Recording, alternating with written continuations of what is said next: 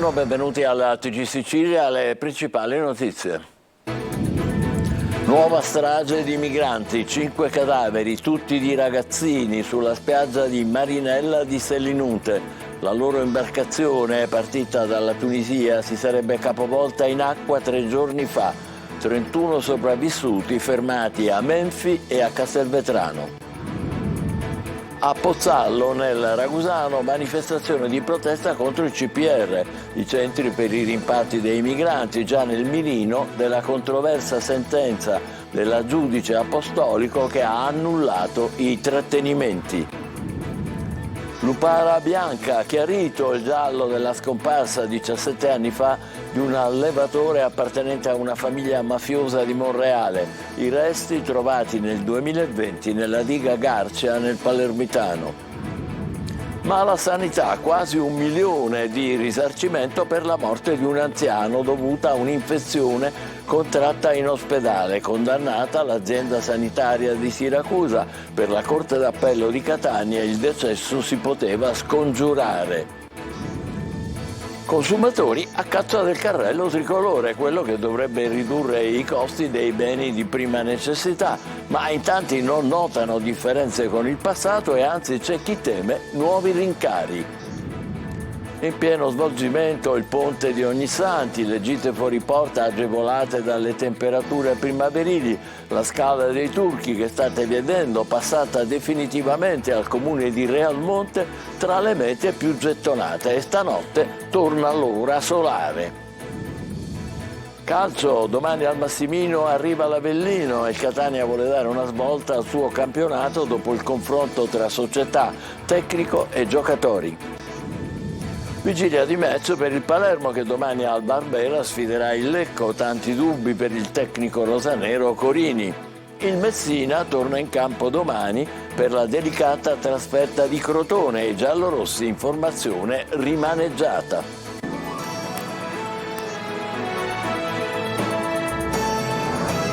Bentrovati, ancora una strage di migranti, tutti giovanissimi, 5 i cadaveri di adolescenti ritrovati sulla spiaggia di Marinella di Selinunte. La loro imbarcazione, partita dalla Tunisia, si sarebbe capovolta in acqua 3 giorni fa. Fermate 23 persone a Menfi e 8 a Castelvetrano si sarebbero trovate su quel barcone che si è rovesciato in mare. Laura Spanò. 5 corpi senza vita, tutti di ragazzini di non più di 16-17 anni, raccontano i testimoni, e un numero ancora incerto di dispersi che il mare non ha restituito. Ennesimo naufragio di fronte alle coste siciliane. Un vecchio peschereccio attorno a mezzanotte si è inclinato a pochi metri dalla costa di Marinella di Selinunte a Castelvetrano, trascinando in acqua molti di quelli che erano a bordo per poi incagliarsi su una secca a circa 50 metri dalla riva. Sui numeri non c'è ancora certezza. Alcuni dei sopravvissuti sotto shock dicono che a bordo vi erano almeno 60 persone, ma a raggiungere la riva sono stati solo 18. Di 5 di loro sulla spiaggia è arrivato solo il cadavere, degli altri ancora non c'è notizia. A raccontare quanto accaduto al titolare del ristorante La Pineta, Giuseppe Rizzuto, è stato uno dei superstiti. Il giovane aveva percorso quasi 2 chilometri a piedi per raggiungere quel ristorante ed ha raccontato in lacrime che sono partiti 3 giorni fa dalla Tunisia e a bordo c'erano anche donne e ragazzi. Prima di raggiungere la costa la barca si sarebbe quasi capovolta e alcuni migranti sarebbero finiti a mare. Il superstite ha raccontato al ristoratore altri momenti tragici dello sbarco. Lui era fra loro e non è stato semplice raggiungere la riva. Non appena toccato terra si è girato verso il mare e sostiene di avere visto 15 corpi galleggiare. Mentre continuano le ricerche in mare e a terra dopo il naufragio, con lo spiaggiamento dell'imbarcazione che trasportava decine di migranti a Marinella di Selinunte, sono state fermate 23 persone a Menfi e 8 a Castelvetrano che si sarebbero trovate sul barcone.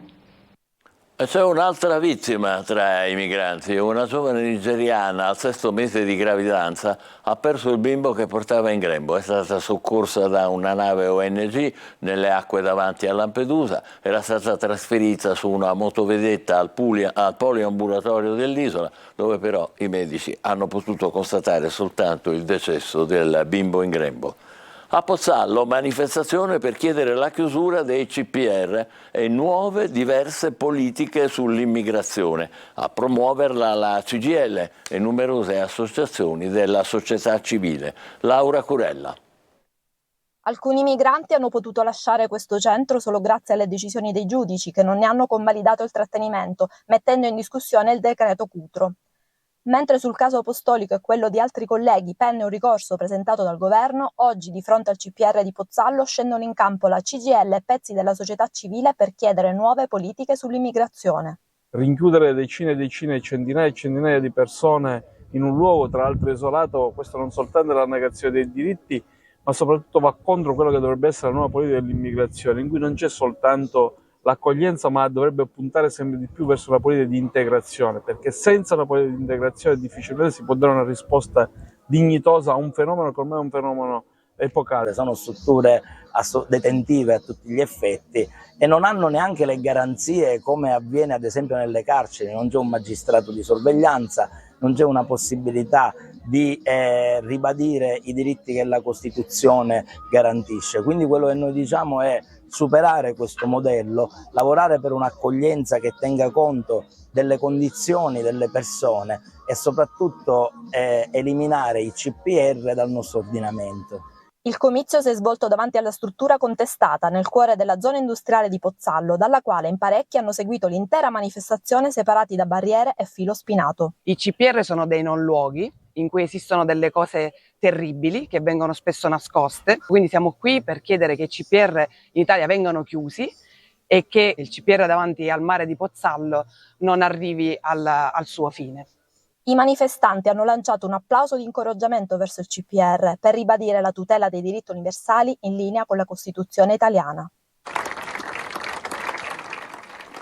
Resti umani in fondo alla diga Garcia. Risolto il mistero, si tratta di Salvatore Mulè, un allevatore di cui si erano perse le tracce da 17 anni. È un caso di lupara bianca. Marco Gullà.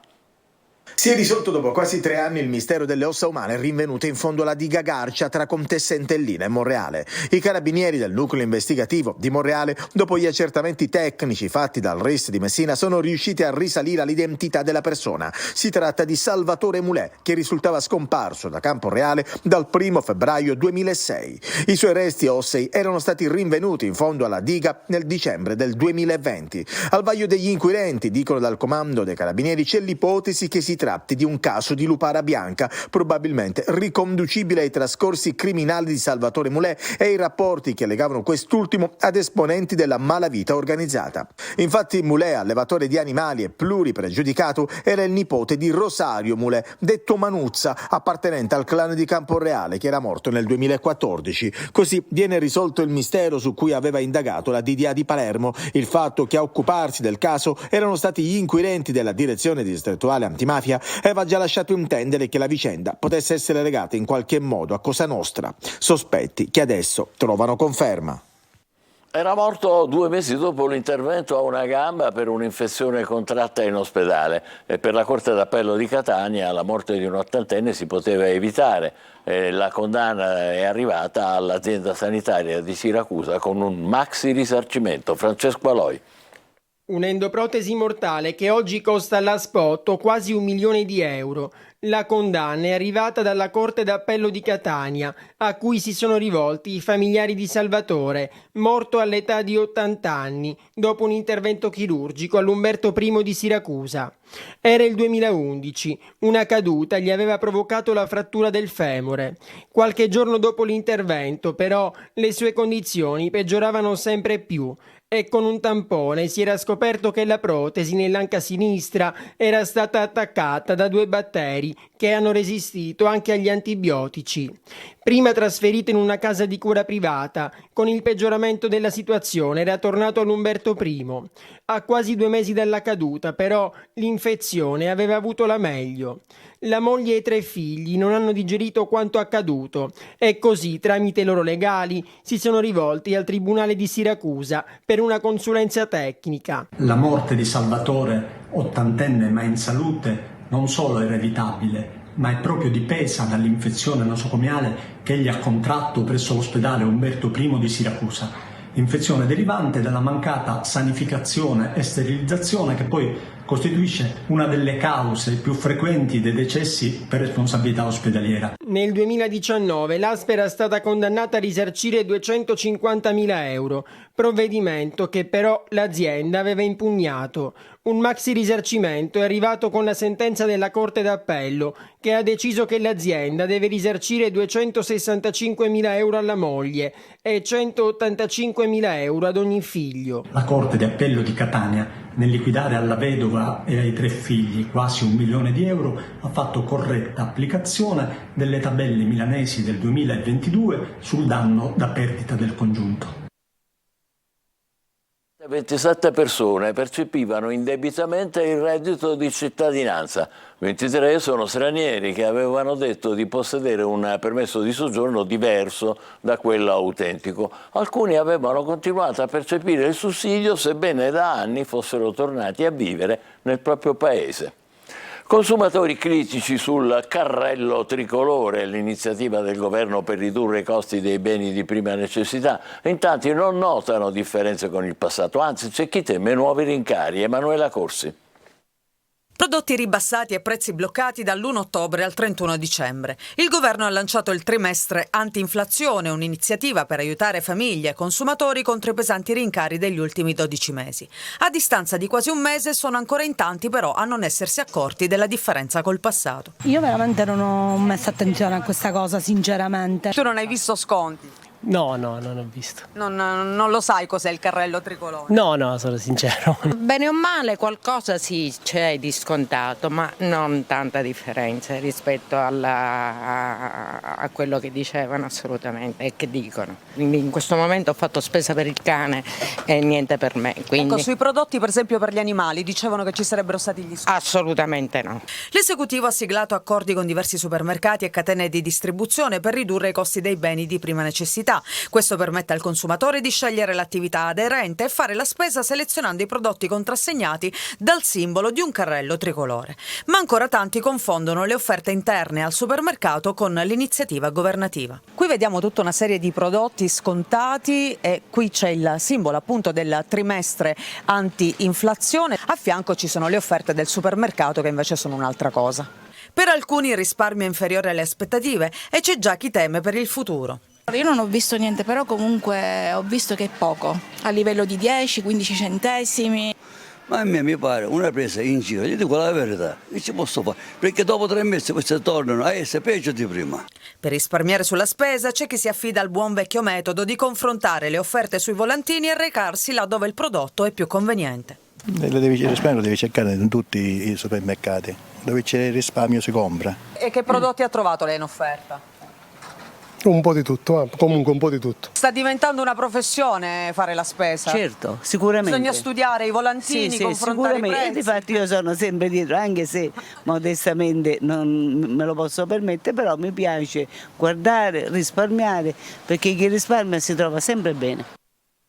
Ha ragione, cara signora. La Scala dei Turchi, passata definitivamente al comune di Realmonte, sarà certamente uno dei luoghi più visitati in questo lungo ponte di Ognissanti. Le temperature primaverili invogliano tanti alle gite fuori porta e stanotte torna l'ora solare. Davide Sardo. Il contenzioso sulla proprietà della famosa scogliera di Marna Bianca, la Scala dei Turchi, si è concluso con la cessione del bene al comune di Realmonte da parte del proprietario Ferdinando Sciabarrà. La gestione pubblica è stata ufficializzata davanti al notaio, alla presenza del sindaco e di alcuni ambientalisti. Nonostante la fragilità del sito, il sindaco di Realmonte, Sabrina Lattuca, intende consentire l'accesso alla Scala dei Turchi.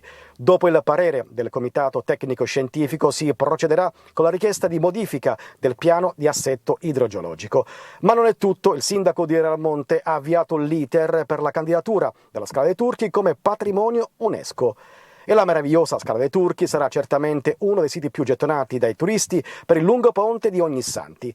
Infatti le temperature tipicamente primaverili di questi giorni invoglieranno molte persone a fare una breve gita fuori porta alla scoperta di luoghi incantevoli della Sicilia.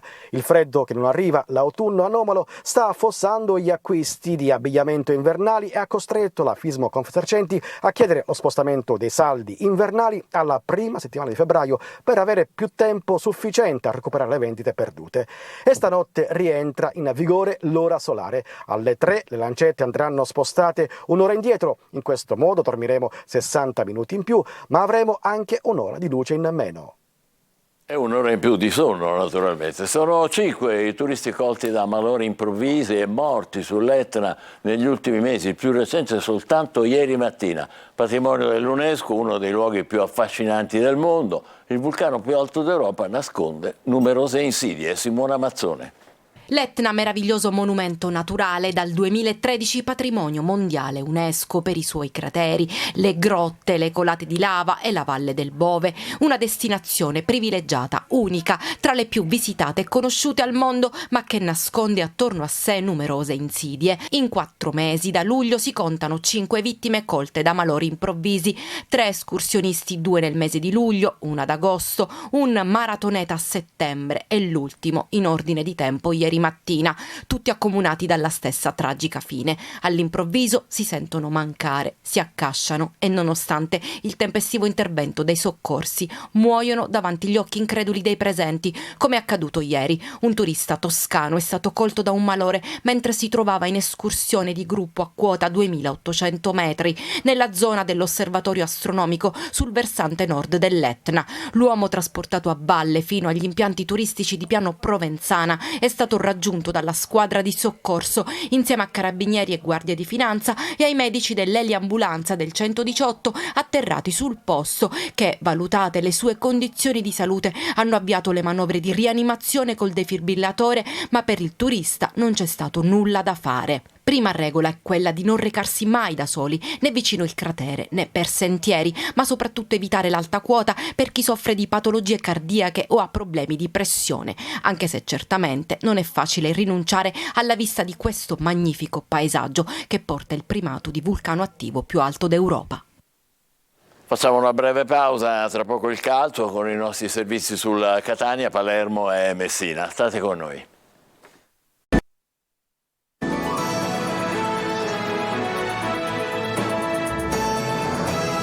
Con il calcio domani al Massimino arriva l'Avellino e il Catania vuole dare una svolta al suo campionato e c'è attesa per la risposta sul campo della squadra dopo il confronto fra società, tecnico e giocatori. Francesco Triolo.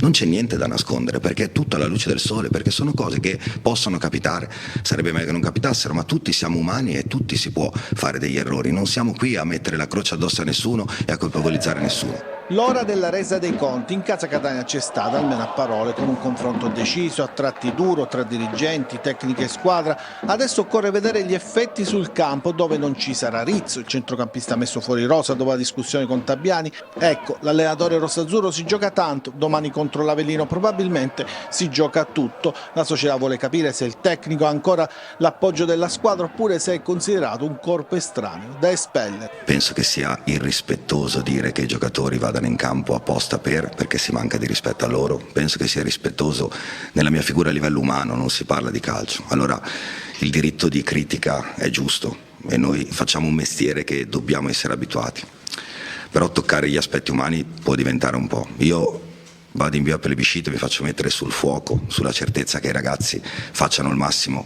per me e per il Catania, che è la cosa più importante. La risposta la potrà dare la partita contro l'Avellino. Tabiani deve fare i conti con diverse assenze, anche importanti. Livieri, Zanellata e Deli, Di Carmine e Marsura da ultimi. Ha recuperato Quaini che potrebbe rientrare dal primo minuto, così come la punta Chiarella, convocato da 2 gare, ma non ancora impiegato. Non abbiamo mai preso alibi di assenze, stiamo vivendo una situazione dall'inizio dell'anno particolare ed è indubbio che prendono magari determinati reparti, no? Domenica avevamo fuori 3 centrocampisti, ora sono fatti male 2 o attaccante o quinto come ha giocato Davide ultimamente.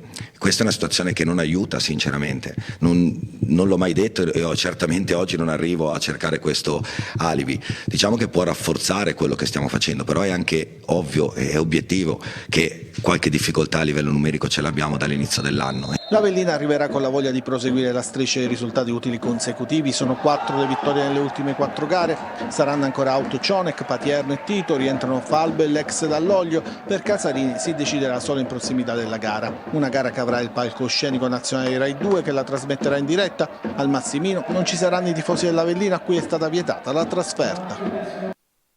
Di match per il Palermo che domani alla Barbera alle 16:15 sfiderà il Lecco. Tanti dubbi per il tecnico rosanero Eugenio Corini. Laura Spanò.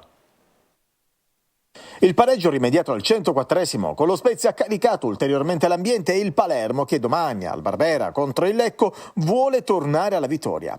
Il trend casalingo del rosanero non è in questo momento al pari di quello esterno, dove il Palermo ha collezionato 13 dei 20 punti in classifica. Al Barbera i siciliani non riescono a sfondare. Eugenio Corini deve scegliere se confermare gran parte della formazione che ha affrontato lo Spezia o dare spazio a quelli che nel secondo tempo hanno contribuito alla rimonta. Il tecnico ha qualche dubbio in tutti i reparti, ma sembra orientato a fare pochi cambiamenti di formazione. Gli indisponibili sono Buttaro, Koulibaly e Di Mariano. In attacco Mancuso e Soleri devono giocare dall'inizio e il grande dubbio che Corini avrà fino all'ultimo minuto. Il tecnico però sembra orientato in questo momento a schierare Insigne sulla destra, Brunori al centro e Di Francesco a sinistra. Mancuso e Soleri pronti a subentrare nel secondo tempo. A centrocampo titolare Stulaz, in difesa ballottaggio Liunde Aurelio. Poi per il resto conferma per la coppia Ceccaroni-Lucioni e Matteo a destra. Lecco che in ripresa la formazione lombarda viene dalla vittoria sul campo del Pisa. Per il Palermo non una gara semplice. Domani fischio d'inizio alle 16:15. Torna in campo domani pomeriggio per affrontare la delicata trasferta di Crotone. La squadra di Modica, che si misura contro un avversario in grande ripresa, si presenta in formazione rimaneggiata. Sergio Colosi. 65 ore e mezza dopo la disfatta con il Brindisi, il Messina prova domani a rimettersi in corsa, ma l'attende un compito ai limiti del possibile. Prestazioni recenti, pronostico e stato di salute sono indicatori favorevoli al Crotone, che ha cambiato marcia nelle ultime 2 giornate. I giocatori hanno convinto la società a ritirare l'esonero del tecnico Lamberto Zauli, hanno fatto quadrato e non a caso sono venute fuori 2 vittorie contro Foggia e Giuliano. All'unione di intenti in casa rossoblù risponde invece il primo vero momento di crisi del Messina, che con i pugliesi ha giocato una partita pessima e mancherà di uomini chiave, gli squalificati Manette e Plescia, il convalescente Lia, l'infortunato Polito e con Firenze ancora lontano da una condizione accettabile. Assenze che possono starci in incontri così ravvicinati, ma non per il Messina di Modica, costretto a convivere con una rosa di appena 24 calciatori, molti dei quali giovani e la prima esperienza in Serie C. Ecco perché Crotone è un appuntamento in salita per una squadra a volte fragile, che invece ha bisogno di ritrovare quelle certezze che hanno caratterizzato buona parte dell'avvio di stagione.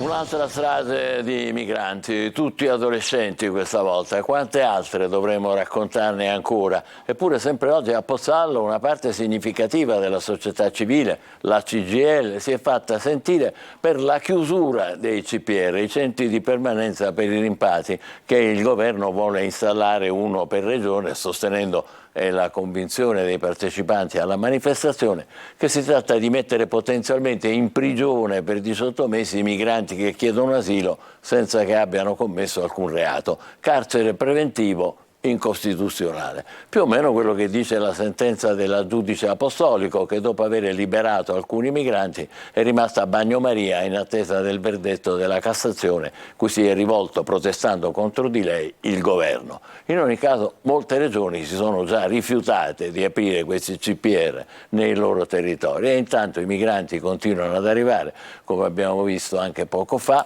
e purtroppo continuano a morire. Finiscono negli hotspot quelli che sopravvivono e poi da lì chissà Ma insomma la domanda è questa: è davvero così difficile calcolare anno per anno, mestiere per mestiere, di quanta forza lavoro ha veramente bisogno il Paese? Perché il bisogno c'è sul serio. E creare quindi seriamente dei corridoi umanitari d'intesa con paesi quali la Tunisia per percorsi legali e sicuri, senza scafisti, senza mafie di mezzo, senza sofferenze, senza morti in mare come purtroppo quelli di oggi, e senza nemmeno proteste per presunte invasioni di stranieri che non ci sono. Ecco, è soltanto questa la nostra domanda, perché questa è l'integrazione di cui parla anche l'Europa, il cui intervento è costantemente invocato dal Presidente Mattarella. E allora, invece di inventarsi inutili e dispersivi duelli con i mulini a vento, perché non muoversi finalmente? Forse questo è davvero l'unico modo per evitare nuove sciagure come quella di Selinunte. Ci fermiamo qui, il TG Sicilia torna alle 20, grazie e buon pomeriggio.